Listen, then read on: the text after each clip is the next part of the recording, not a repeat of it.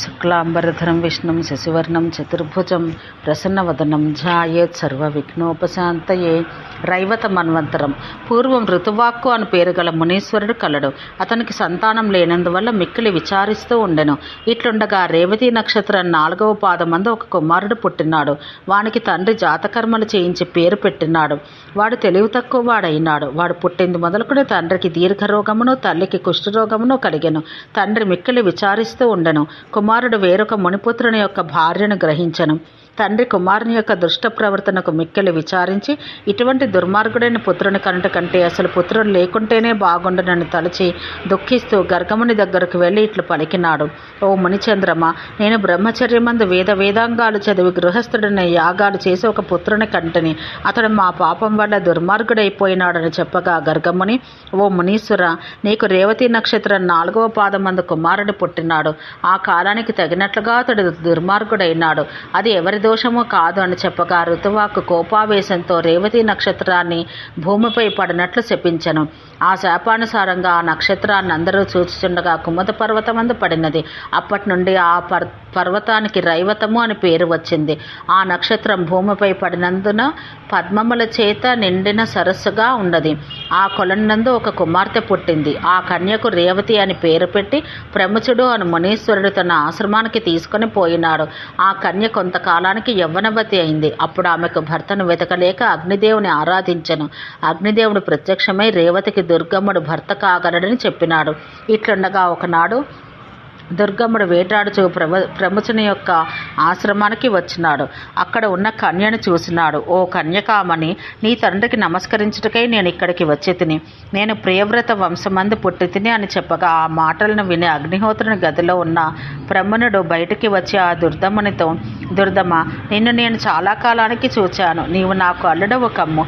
నీకు అర్ఘ్యమిచ్చుట నా పరమధర్మం కాబట్టి స్వీకరించమని కోరగా రాజు అట్లే చేసి ఇతనికి నేను అల్లుడు ఎట్లు అగుదునని తలచినాడు. ప్రముఖుడు వారి యొక్క కుశలం అడిగాను. అతడు చెప్పినాడు. కానీ తాను అల్లుడు ఎట్లగునో వివరించమని అడగగా ఆ ప్రముఖుడు ఇట్లు చెప్పాను.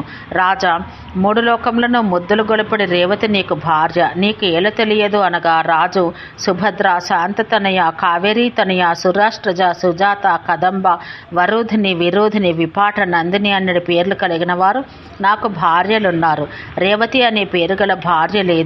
ఆమె యొక్క సంగతి తెలుపమనగా ఆ మునివరుడు, ఓ రాజా, ప్రియసఖి అను పేరు కలిగినదే నీ భార్య. నీవట్లు పిలిచిట తప్పు కాదు. అగ్నిదేవుని యొక్క ప్రసాదం వల్ల అట్లా పిలిచి తిని.